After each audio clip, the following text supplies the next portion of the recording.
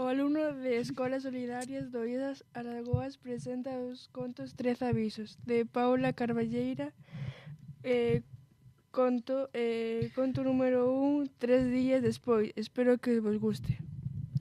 Estaba a piques de despertar. Nese momento en que queres que dar un pouco máis na quenturra da cama, baixo o edredón de inverno, cando escoitei 3 golpes, non moi fortes, que me fixeron abrir os ollos.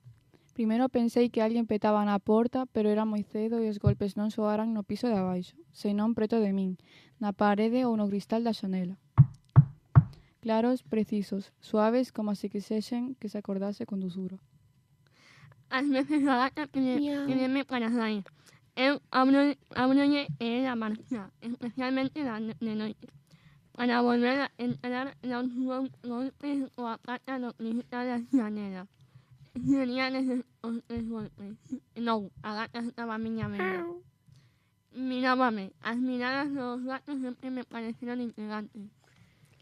Teño a impresión de saber algo que eu non sei, de que vixian o que fago e despois marchan, decepcionados por compartir casa cunha persoa tan parva.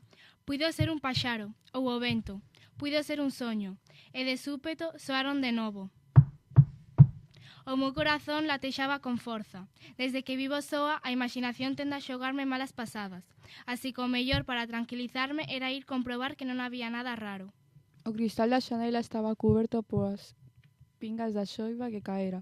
A paisaxe era moi borrosa, húmida, pero era a mesma paisaxe de todos os días. Cando me virei, os ollos verdes da gata seguían cargados en min. Nada, ninguén.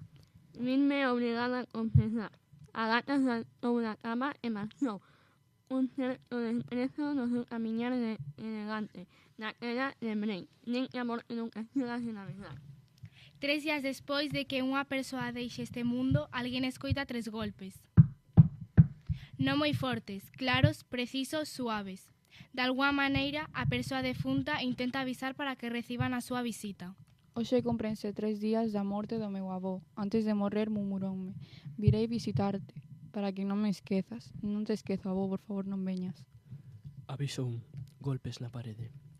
Escoitar golpes na parede pode querer dicir que alguén do outro mundo pide permiso para entrar neste. É dicir, pretende dar unha mensaxe ou simplemente avisar de que está aí, a nosa beira, sen saber que facer nin onde ir, buscando un camiño.